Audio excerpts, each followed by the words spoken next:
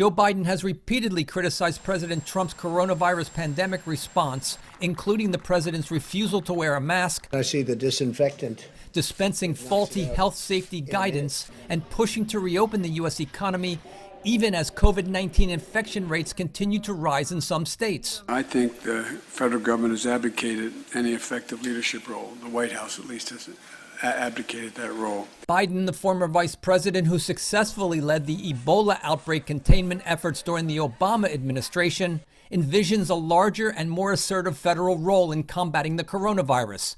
The United States recently surpassed 2 million COVID-19 cases, and the economic crisis has put over 20 million Americans out of work. Biden's plan would increase federal funding to supply free coronavirus testing, treatment, and any eventual vaccine nationwide. The federal government would pay for hundreds of thousands of healthcare workers to treat the infected and contact trace exposures to prevent the spread of the virus.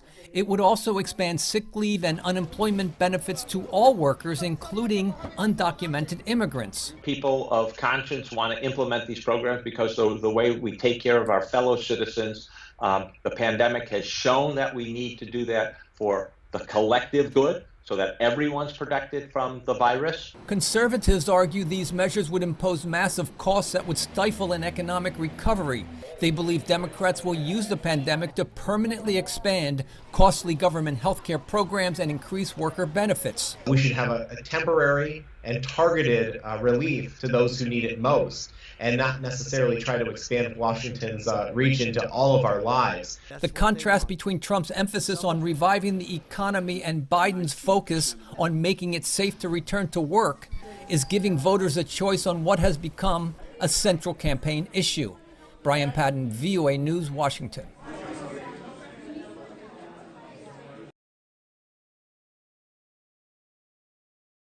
This is AP News Minute. President Trump says former National Security Advisor John Bolton revealed classified information and broke the law. Bolton's new book says Trump pleaded with China's president to help re-elect him by importing more U.S. agricultural products. A white Atlanta police officer is charged with felony murder in the shooting death of a black man in a Wendy's parking lot. Defense lawyers say Officer Garrett Rolfe feared for the safety of himself and others and was justified in shooting Rayshard Brooks.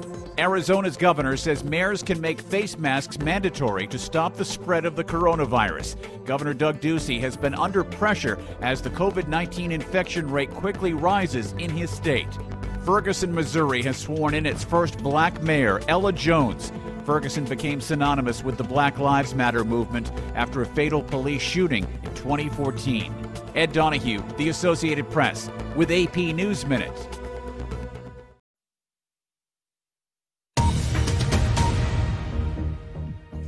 This is BBC World News. I'm David Eads, and these are the headlines. In a new book, Donald Trump's former National Security Advisor, John Bolton, claims that the president tried to get China's leader to help him secure his re-election. Mr. Bolton also claims that Mr. Trump said China should go ahead with building detention camps to hold Uyghur Muslims. A former police officer in the U.S. state of Georgia has been charged with the murder of Rayshard Brooks. The African-American man was shot twice in the back as he fled from two officers. More than 79 million people are now displaced by wars across the world. That's according to the United Nations, which says it's a record number of people left destitute by conflict. And a leading UK theatre producer is warning that his productions won't return to London's West End this year. Those are the headlines.